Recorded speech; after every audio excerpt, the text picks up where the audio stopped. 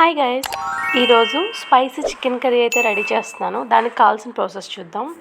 ముందుగా stove on చేద్దాం. ఒకటి మందపాటి గిన్నె పెట్టి దాంట్లో అది హీట్ అవనిద్దాం. కొంచెం హీట్ అయిన తర్వాత ఆయిల్ యాడ్ చేసుకుంటున్నాను. కొంచెం స్పైసీ ఉంటుందండి. స్పైసీ ఇష్టపడిన వాళ్ళకి ఇది చాలా నచ్చుతుంది. అండ్ దీంట్లో మనం యాలకులు అండ్ మొగ్గ, చెక్క, ఇవి ఏ కర్రీకైనా సరే ఇట్లా పోపులో ఇవి యాడ్ చేసుకుని అప్పుడు కర్రీ చేస్తే ఈ ఫ్లేవర్ అనేది చాలా మంచిగా వస్తుంది అనమాట. సో నేను 2 లవంగాలు, 2 యాలకులు అండ్ 2 లవంగాలు, దాల్చిన చెక్క యాడ్ చేసుకున్నాను. అవి ఫ్రై అయ్యి మంచి స్మెల్ వచ్చిన తర్వాత ఇక్కడ నేను ఆనియన్స్, సన్నగా తరిగి పెట్టుకున్న ఆనియన్స్ యాడ్ చేసుకుంటున్నాను. ఇవి మంచిగా గోల్డెన్ బ్రౌన్ వచ్చేంత వరకు ఫ్రై చేసుకోవాలి. ఆనియన్స్ అన్నీ యాడ్ చేసేసుకున్న తర్వాత ఒకసారి మంచిగా కలుపుకుందాం. ఇప్పుడు దీంట్లో పసుపు, అలాగే ఉల్లిపాయ ముక్కలు త్వరగా మగ్గడానికి ఉప్పు కూడా యాడ్ చేసుకున్నాను. కల్లుప్పు అండి, రా సాల్ట్ అంటారు కదా. ఉప్పు వేయడం వల్ల ఉల్లిపాయ ముక్కల్లో ఉన్న వాటర్ త్వరగా బయటకు వచ్చి త్వరగా మగ్గుతాయి. ఆ ఆనియన్స్ మగ్గిపోయిన తర్వాత నీట్గా కడిగి పెట్టుకున్న చికెన్ అంతా దాంట్లో యాడ్ చేసేసుకుంటున్నాను. మంచిగా యాడ్ చేసుకున్న తర్వాత ఒకసారి మంచిగా కలుపుకుందాం. నేను అల్లం వెల్లుల్లిపాయ పేస్ట్ చెప్పడం మర్చిపోయాను. ఉల్లిపాయ ముక్కలు మగ్గేటప్పుడు అల్లం వెల్లుల్లిపాయ పేస్ట్ కూడా వేసి మంచిగా ఫ్రై చేసుకోవాలి. ఆనియన్స్ ఫ్రై అయిన తర్వాత మంచిగా చికెన్ యాడ్ చేసేసుకుని, చికెన్లో వాటర్ వస్తుంది కదా, సో మంచిగా మూత పెట్టేసుకోవాలి. అంతా ఒకసారి ఉప్పు, పసుపు అన్నీ వేసాం కదా, చికెన్కి బాగా పట్టే విధంగా కలుపుకొని లిడ్ క్లోజ్ చేసేసుకుందాం. ఈ లోపల దీంట్లో కావాల్సిన మసాలా ప్రిపేర్ చేసుకుందాం. జీడిపప్పు కొంచెం, మన కర్రీకి సరిపడగా, అలాగే గసగసాలు నేను చూపించిన స్పూన్తో ఒక 3 స్పూన్స్ అయితే యాడ్ చేసుకున్నాను నేను.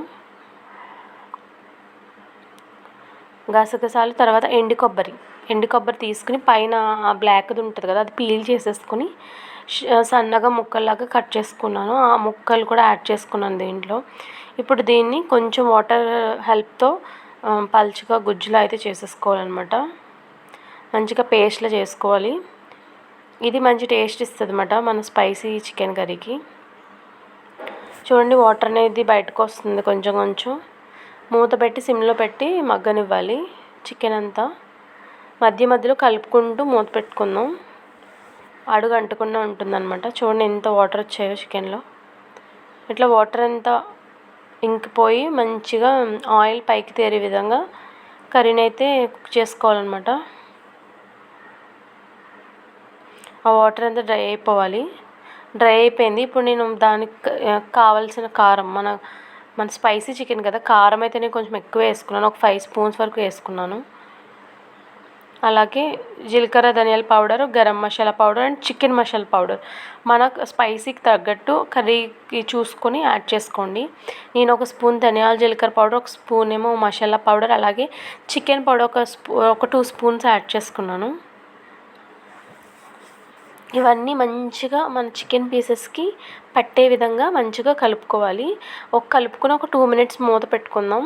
పెట్టుకున్న తర్వాత మనం దాంట్లో ఒక 2 స్పూన్స్ పెరుగు యాడ్ చేస్తున్నాను నేను. పెరుగు యాడ్ చేసి మొత్తం చికెన్కి మొత్తం పట్టే విధంగా కలుపుకోవాలన్నమాట. కలుపుకున్న తర్వాత మనం మిక్సీలో మంచిగా ఒక పేస్ట్ చేసి పెట్టుకున్నాం కదా, అదైతే నేను ఇక్కడ యాడ్ చేసుకుంటున్నాను. యాడ్ చేసిన తర్వాత ఇదంతా మంచిగా గ్రేవీ వస్తుంది అనమాట. ఇప్పుడు మనం యాడ్ చేసిన ఆ పేస్టెస్ అన్నీ కలిపి మంచిగా ముక్కలకి పట్టే విధంగా కలుపుకోవాలి. అలా ఒక 2 to 5 మినిట్స్ అట్లా ఏమి వాటర్ యాడ్ చేయకుండా కుక్ చేసుకున్న తర్వాత మంచిగా ముక్కకి మంచి టేస్ట్ వస్తుంది. మొత్తం స్పైసెస్ అన్నీ బాగా పడతాయి అన్నమాట. ఇట్లా 2 to 5 మినిట్స్ ఉన్న తర్వాత మనం మూత పెట్టుకుని ఉడకబెట్టుకోవాలి. సో అయిపోయింది. ఇప్పుడు నేను వాటర్ యాడ్ చేసుకుంటున్నాను. మిక్సీ జార్లో మనం పేస్ట్ చేసుకున్నాం కదా, దాంట్లో కొంచెం కడిగి వాటర్ని అయితే కర్రీలో యాడ్ చేసేసుకున్నాను. కొంచెం మనకి ఫైనల్ టచ్ అప్ ఏంటి, కొత్తిమీర లేకపోతే అసలు కూర వండినట్టు ఉండదు కదా. సో మంచి ఫ్లేవర్ కూడా వస్తుంది అనమాట. కొత్తిమీర చల్లేసుకుని మళ్ళీ మూత పెట్టుకుంటున్నాను నేను. చూడండి ఆయిల్ పైకి తేరిపోయింది. మంచిగా అట్లా ఆయిల్ పైకి తేరే వరకు ఉడకబెట్టుకోవడమే. అంతే అండి, ఎంతో ఈజీగా టేస్టీగా చికెన్ కర్రీ అయితే రెడీ అయిపోయింది. Spicy chicken curry. ఇది రైస్లోకి చాలా బాగుంటుంది అనమాట. ఈ వీడియో కనుక నచ్చినట్లయితే ఒక లైక్ చేయడం మర్చిపోకండి. Please subscribe my channel.